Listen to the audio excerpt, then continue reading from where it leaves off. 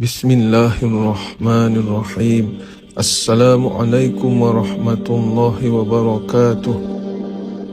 Video ini dibuat berdasarkan mimpi rahsia Muhammad Qasim yang dia tidak mahu kongsikan dengan orang lain. Pembuat video ini telah mendapat tahu tentang mimpi rahsia ini dan tetap menyebarkannya kerana berpegang kepada pandangan Qasim diperintahkan Allah untuk berkongsi mimpi-mimpinya kepada orang ramai.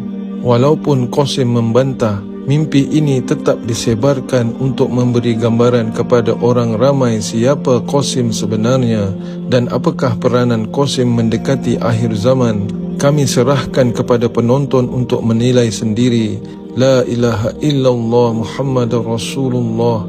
Kami percaya tiada Tuhan selain Allah dan Nabi Muhammad sallallahu alaihi wasallam adalah Rasulnya yang terakhir.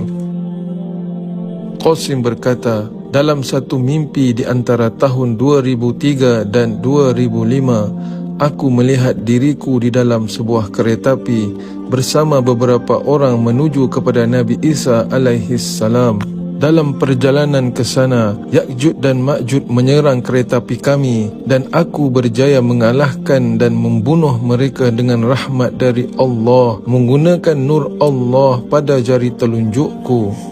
Aku telah melihat nur Allah di telunjukku ini banyak kali dalam mimpi-mimpiku, tetapi aku tidak tahu apakah dia dan apakah fungsinya. Mungkin ianya bersifat simbolik dan Allah lah yang lebih mengetahui. Dalam mimpi-mimpiku berkenaan Ya'juj dan Ma'juj, untuk pertama kalinya aku lihat bagaimana aku menggunakan nur Allah di jari telunjukku ini. Setelah beberapa ketika di dalam kereta api, aku dan orang-orang yang bersamaku sampai kepada Nabi Isa alaihi salam ketika waktu subuh. Aku keluar dari kereta api dan seorang dari adik-beradikku juga ada bersamaku. Apabila dia menyaksikan semua tanda-tanda dan melihat Nabi Isa alaihi salam di depan mereka, dia mulai sedar dan berkata, "Qasim, ini bermakna kamu sebenarnya adalah Imam Mahdi." Apabila mendengar ini, aku tersenyum kepada mereka dan aku berfikir sendiri bahawa telah banyak peristiwa yang terjadi dan saudaraku itu telah menyaksikan kesemuanya, termasuk Ghazwatul Hind, Dajjal dan Ya'juj dan Ma'juj dan peristiwa-peristiwa lainnya. Dan sekarang, setelah mereka melihat Nabi Isa alaihi salam, mereka telah menyedarinya. Kemudian aku dan orang-orang yang bersamaku masuk ke dalam bangunan itu dan telah tiba waktu untuk solat subuh. Kemudian aku mendengar seseorang berkata, waktu subuh telah tiba dan kita mesti solat dahulu. Nabi Isa alaihi salam mengumumkan dengan kuat yang Qasim akan menjadi imam untuk solat subuh itu. Kemudian aku berkata kepada Nabi Isa alaihi salam, seorang Nabi berada di sini. Siapakah aku untuk menjadi imam? Kamu mesti menjadi imam. Dan Nabi Isa alaihi salam menjawab, tidak, hari ini kamu mesti menjadi imam. Nabi Isa alaihi salam berkata lagi, Qasim, aku ingin solat di belakangmu. Jadi semua orang akan menjadi saksi bahawa aku juga mengikuti Islam yang dibawa oleh Nabi Muhammad sallallahu alaihi wasallam dan orang ramai akan menyedari perkara ini. Aku kemudiannya bersetuju dengan permintaan Nabi Isa alaihi salam dan aku berkata, okey, aku akan menjadi imam kali ini, tetapi selepas hari ini kamu harus menjadi imam untuk solat-solat yang lain pula. Nabi Isa alaihi salam menjawab, okey, aku boleh melakukan ini. Pada masa ini, cuma tinggal sedikit sahaja orang Islam yang masih hidup di bumi. Kebanyakan mereka telah dibunuh oleh Dajjal.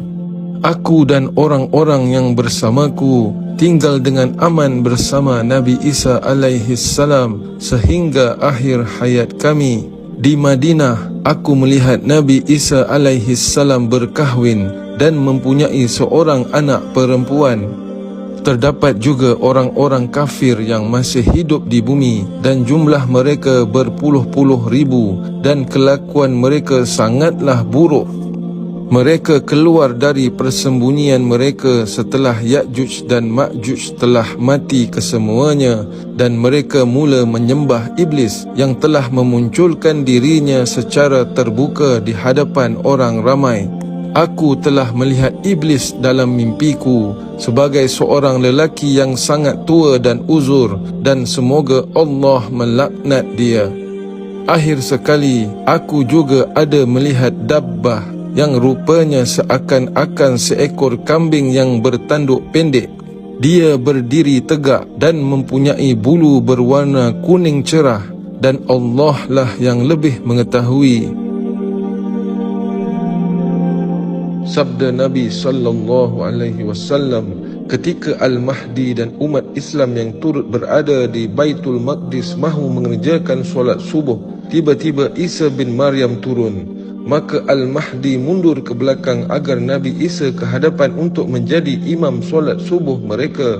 Lantas Nabi Isa meletakkan kedua-dua belah tangannya ke atas kedua-dua belah bahu Al-Mahdi sambil berkata, silakan maju ke hadapan dan jadi imamlah. Sesungguhnya solat subuh ini